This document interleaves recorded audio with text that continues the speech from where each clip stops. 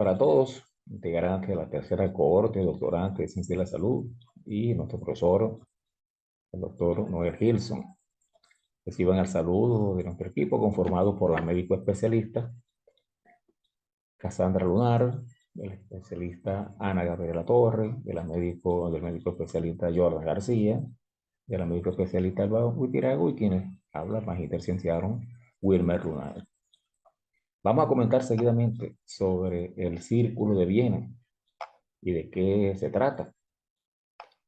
En consecuencia, con el nombre justamente de nuestro seminario, Filosofía de la Ciencia de la Salud, diremos que se suele afirmar que la filosofía de la ciencia surge como disciplina con especificidad propia en el periodo de interguerras mundiales, a partir de la conformación en los años 20 de lo que desde 1929 pasaría a denominarse oficialmente como el Círculo de Viena y de su posterior consolidación tras la llegada a los Estados Unidos de los principales filósofos de la ciencia centroeuropea.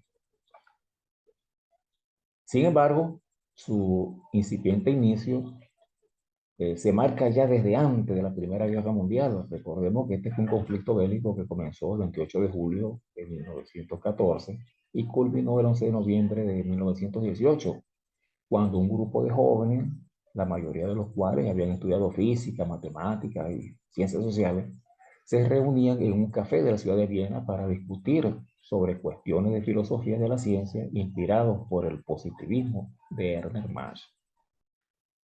Entre estos jóvenes se encontraban el filósofo austríaco Maurice Schiller. Recuerden este nombre, Maurice Schiller, quien se consideró como el fundador del grupo, acompañado por Philipp Frank, un filósofo graduado en física, por Hans Hahn, matemático y filósofo austríaco, Rudolf Carnap, lógico y filósofo alemán, que desarrolló importantes contribuciones a la lógica formal y a la filosofía de la ciencia, además del sociólogo y economista Otto Neurath, también austríaco, quienes serían sus primeros integrantes.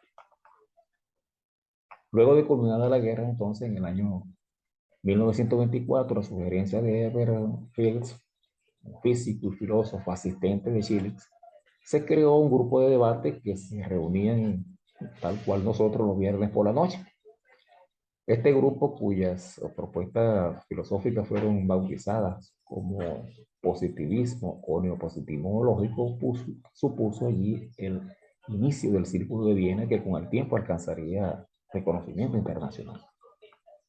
Durante un lustro, las actividades del círculo se redujeron a reuniones privadas, a los cuales se fueron agregando otros estudiosos interesados en diversos conceptos de la filosofía y la ciencia, entre los que se pueden mencionar a Rudolf Carnap, físico y filósofo, a Viktor Kraft y Friedrich Watzmann.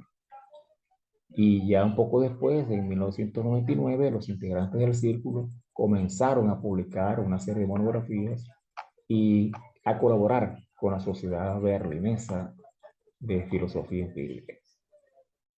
De tal forma, pues, que el Círculo de Viena constituía un grupo inicialmente informal cuyos miembros provenían de las más diversas especialidades, con lógica diferencia y variedad de matices, con el objetivo de transmitir las líneas fundamentales de una concepción científica al mundo a un público más amplio, no especializado.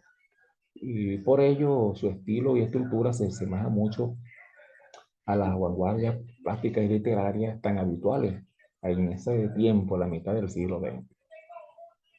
Pero finalmente se produce la disolución del círculo. En 1936, Schilling justamente fue asesinado por un exalumno nazi. Hans ya había muerto 2 años antes y en realidad la mayor parte de los miembros del grupo eran judíos y que posteriormente con el advenimiento del nazismo en Alemania y la anexión territorial de países vecinos se produjo la diáspora que llegó a la disolución del grupo. Por ejemplo, Fritz fue a Estados Unidos junto con Rudolf Carnap, le siguieron Kurt Gödel, Edgar Zitzel, Otto Neurath se exilió en Inglaterra en 1938 las publicaciones del Círculo de Viena fueron prohibidas en Alemania y ya en 1939, Carnap, Murat y Morris publicaron la Enciclopedia Internacional de la Ciencia Unificada, que se puede considerar fue el último trabajo que hizo el Círculo de Viena. Posteriormente, muchas de las teorías fundamentadas en la concepción científica fueron revisadas e incluso el propio Carnap reconoció luego que el postulado de simplicidad que sostenía el Círculo de Viena provocaba cierta rigidez, por lo que obligaban a hacer algunas modificaciones radicales para hacer justicia al carácter. Continuidad a la actividad del día de hoy y abordaremos en este particular lo relacionado al Círculo de Frankfurt. Tenemos que este círculo surge después de de la Primera Guerra Mundial y estuvo conformado por un grupo de pensadores y filósofos sociales que se reunieron todos en el Instituto de Investigación Social de la Universidad de Frankfurt, Alemania, específicamente durante la década de 1920 a 1930. Este movimiento se centró en la crítica de la sociedad moderna y sintió las bases para la creación de la llamada teoría crítica, una corriente de pensamiento que cuestiona las diferentes estructuras de poder y sus supuestos básicos dentro de la sociedad.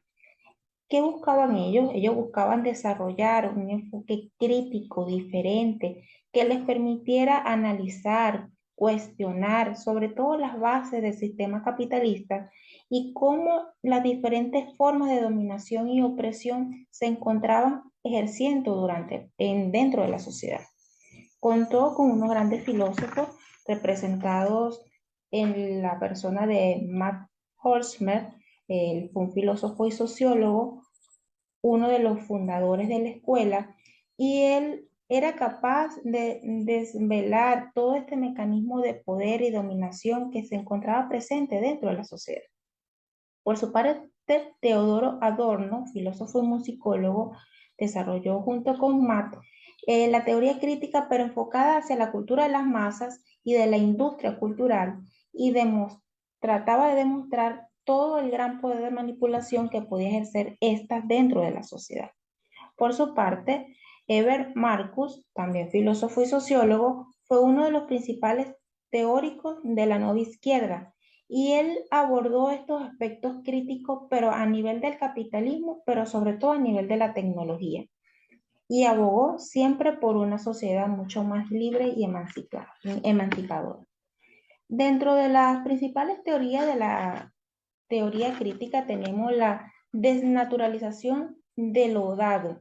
Esto propone cuestionar y desnaturalizar las estructuras sociales y económicas y políticas que se presentaban para la época como algo natural o inevitable, pero con el fin de revelar sus orígenes históricos y sus caras.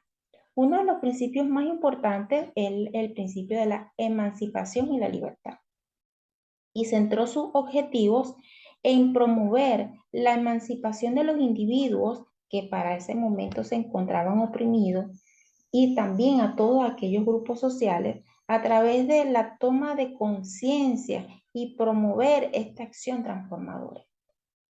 Uno de los principios no menos importantes es la interdisciplinaridad, y como su nombre lo indica, es la integración de un grupo de ciencias como la filosofía, la sociología, la economía.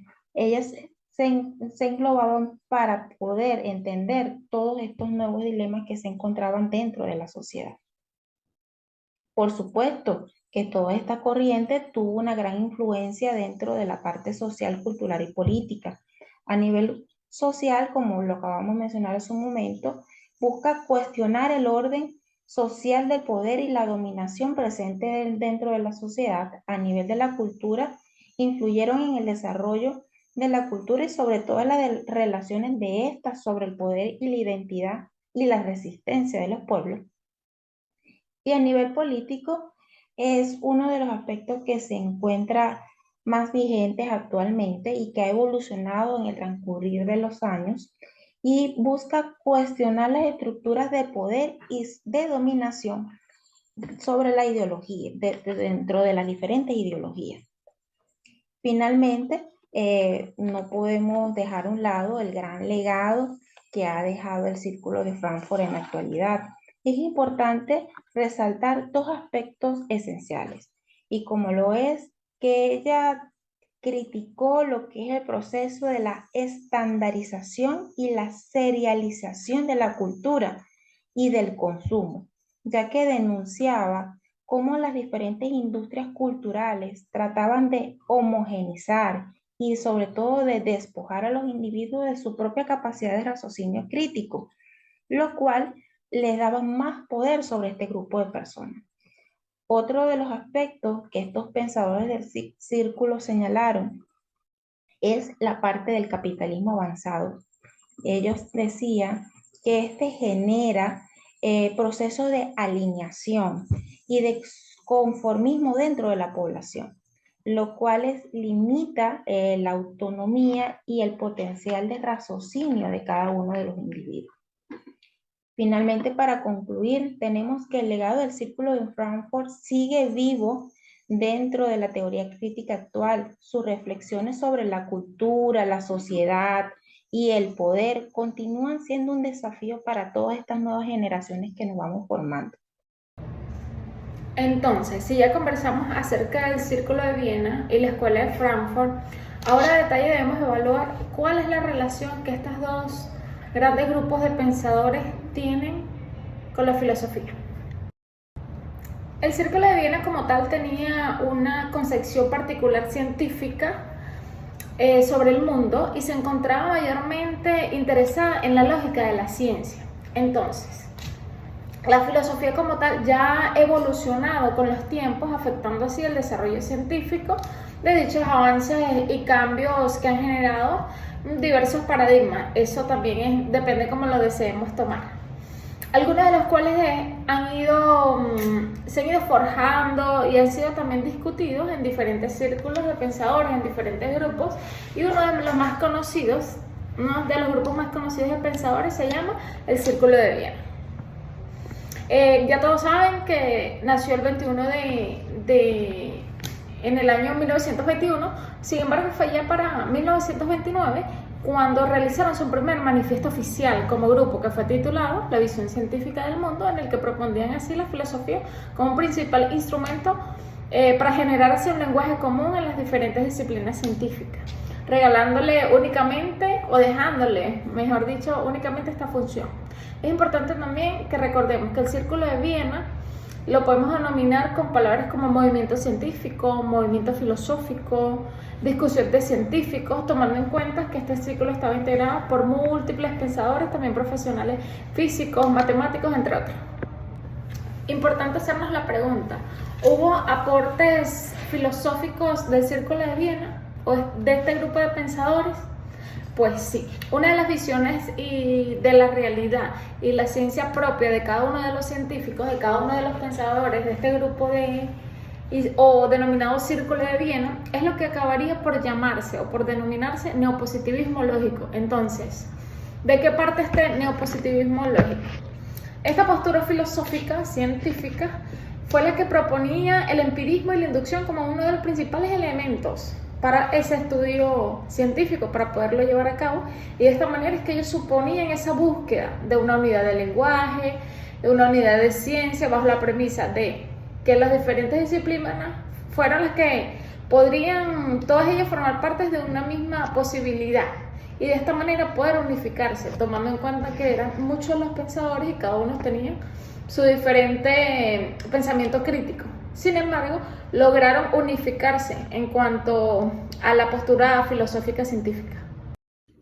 Al igual que el Círculo de Viena, la Escuela de Frankfurt estaba constituida por un grupo de investigadores, por un grupo de pensadores, soñadores, que ellos se adherían a esa teoría de Hegel, de Marx, de Freud, donde su centro estaba constituido en el Instituto de Investigadores Sociales. Este quedaba en Frankfurt am Main en el año de 1923. Y fue allí donde se dio una de sus contribuciones más importantes, o una de las más populares, que fue en la Escuela de Frankfurt, que fue su análisis de la sociedad industrial moderna y la cultura de masas. Estos filósofos partieron de allí argumentando que la sociedad moderna estaba más controlada por grandes corporaciones y que la cultura de masas era una forma más que todo de opresión, la cual quería perpetuar y quedar en el poder de la élite. Además de eso, desarrollaron una teoría denominada teoría crítica, la teoría del pensamiento y de la conciencia, argumentando en esta teoría que la sociedad y la cultura dominantes influían mucho en la forma en la que las personas percibían o entendían el mundo. En este sentido, la escuela de Frankfurt logró esa liberación de la conciencia y la lucha contra la opresión ideológica de muchos de sus pensadores. En general, ha sido característico de todos los frankfurtianos el defender lo que ellos han denominado su teoría crítica en contra de la titulada teoría tradicional. Asimismo, ha sido característico de los frankfurtianos defender y en oponerse a la especulación filosófica sociológica, la cual ha creado problemas concretos, el empirismo positivista, mejor dicho, y más que todo la insistencia en la importancia de la capital de los métodos cuantitativos. Es así como la filosofía y la sociología frankfurtiana es esa muestra de la crítica concreta, como ellos denominan por su teoría, pero más que todo es un tipo de teoría la cual aspira a comprender así esas raíces históricas que son que la mueven. Saludos compañeros doctorantes, por aquí les habla el médico especialista Jordan García y en esta oportunidad quiero hablarles sobre los aportes que han hecho durante todo este tiempo el Círculo de Viena y la Escuela de Frankfurt hacia la salud.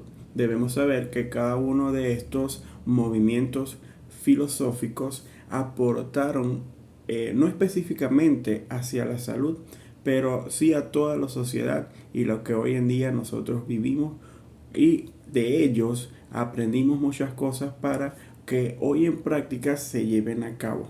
Así que vamos a ver cada uno de ellos. Continuando con el seminario, vamos a hablar sobre un poco de los aportes que hizo el Círculo de Viena. El Círculo de Viena fue fundado en 1921 por Maurice Schlick. Fue un grupo de filósofos, científicos y matemáticos que se reunieron regularmente en Viena para desarrollar una versión científica del mundo.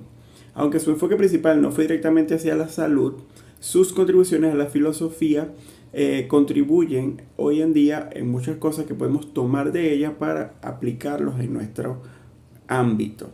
Así como los grandes aportes que ellos hicieron fue, por ejemplo, el empirismo lógico. Promovieron la idea del conocimiento válido debe basarse en la observación empírica y la verificación. Esto influyó en la metodología científica. Utilizar la investigación médica, asegurando los tratamientos y diagnósticos se basen en evidencia sólida. Unificación de las ciencias. Buscaron crear un lenguaje común para todas las ciencias, lo que facilitó la comunicación y colaboración interdisciplinaria, que todos nos pudiéramos comunicar con un mismo lenguaje, porque ellos crearon ese dialecto para así todos habláramos el mismo lenguaje. En el campo de la salud, esto permitió una mejor integración de conocimiento entre disciplinas como la biología, la química y la medicina. Crítica de la metafísica. Al rechazar las explicaciones no verificables, centrarse en lo que puede ser probado científicamente. Ayudaron a eliminar prácticas médicas basadas en teorías no científicas. Ellos promovieron que todo fuera basado en evidencia y que todo fuera científicamente comprobado. Esto promovió un enfoque más riguroso y basado en evidencia de la medicina, influencia de la filosofía en la ciencia. Su idea sobre la lógica y la estructura del conocimiento científico influyeron en la forma que se diseñan y evalúan los estudios clínicos y epidemiológicos. Estos aportes ayudaron a establecer una base más sólida y científica para la investigación y práctica médica, mejorando así la calidad y efectividad de los cuidados de salud. El Círculo de Viena ayudó a que todo fuera más verificable y científicamente comprobado. Y hoy en día lo podemos aplicar en la medicina para que todo esté basado en los diagnósticos y los tratamientos esté basado en científicamente para así no crear mayor daño hacia nuestros pacientes. Otra corriente filosófica en la cual podemos destacar es la Escuela de Frankfurt, la cual conocida por su enfoque crítico en la sociedad y la cultura. Ha hecho contribuciones significativas en varios campos, incluyendo la salud. Aunque no se enfocaron directamente en la medicina, sus teorías críticas han influido en la forma en que entendemos la salud y el bienestar social. Los aportes que ellos pudieron dar a esta escuela de Frankfurt, que fueron unos sociólogos que se reunían cada cierto tiempo en esta ciudad, que estaban entre dos guerras, entre Primera y Segunda Guerra Mundial, y tuvieron que incluso trasladarse luego a Nueva York. Estos pensadores de la escuela de Frankfurt, como Max Horkheimer y Teodoro Adorno, criticaron la mercantilización de diversos aspectos de la vida, incluyendo la salud. Argumentaron que la salud se había convertido en un producto más dentro del mundo capitalista, lo que podía llevar a desigualdades en el acceso al servicio de salud. Ellos estaban negados de que la salud se mercantilizara o fuera parte de un centro capitalista. También la influencia de la cultura de masas en la salud mental. La teoría crítica de la Escuela de Frankfurt también se ha utilizado para analizar cómo la cultura de masas y los medios de comunicación influyen en la salud mental. Eber Marcuse, por ejemplo, exploró cómo la sociedad de consumo afecta a la psique humana, promoviendo una conformidad que puede ser perjudicial para la salud mental, la cual hoy en día vemos muchas complicaciones o muchas consecuencias de la universalización por el medio de las redes sociales, y cómo hoy en día, más que todo, nuestros jóvenes están sufriendo de que no tienen una salud mental debido a toda esa información que tienen en sus manos entre niños y adolescentes. Y vemos cómo estos filósofos de la edad o del siglo pasado tenían razón de cómo toda esa masa, de esa universalización y la información tan rápida que tienen nuestros niños, niñas y adolescentes hoy en día está afectando, como ellos lo dijeron, el siglo pasado. También teoría crítica y salud pública. Profesor Noé y compañeros del doctorado. Para culminar este tema, vamos a hablar ahora acerca de la relación del Círculo de Viena y del Círculo de Frankfurt con el positivismo. Durante este tiempo se vio un gran escenario de debate entre el discurso ambiguo y el discurso exacto, entre la dogma y la crítica, entre el metafísico y lo físico, y entre la especulación y la ciencia. En este siglo se aceleraron los descubrimientos generadores de tecnología, pero por otra parte, el dogma, el escepticismo y el pensamiento ambiguo recibieron un fuerte impulso por parte del romanticismo. También surgieron dos grandes interpretaciones del conocimiento científico, como lo son el racionalismo y el empirismo, teniendo que el primero se sitúa en la validez del conocimiento en los mecanismos de la razón. Está asociada al método deductivo, y en este enfoque se destacaban los filósofos y científicos de la época helenística clásica. Por su parte, el empirismo se situaba a su vez en la validez de los datos de los sentidos y de la experiencia. Privilegia el método inductivo y fue desarrollado principalmente por los filósofos ingleses Locke, Berkeley y Hume, y consistía en que la tradición empirista ha sido antagonista a la física y le ha dado a la ciencia un alto valor como medio de adquisición del conocimiento. Vamos a hablar acerca de la relación del Círculo de Frankfurt con el positivismo, conociendo que esta escuela estaba constituida por un grupo de investigadores que se adherían a las teorías de Hegel, Marx y Freud, y cuyo centro estaba constituido en el Instituto de Investigación Social, inaugurado en 1923 en Frankfurt del Meno, y también se les considera representantes de la teoría crítica que allí se fundó.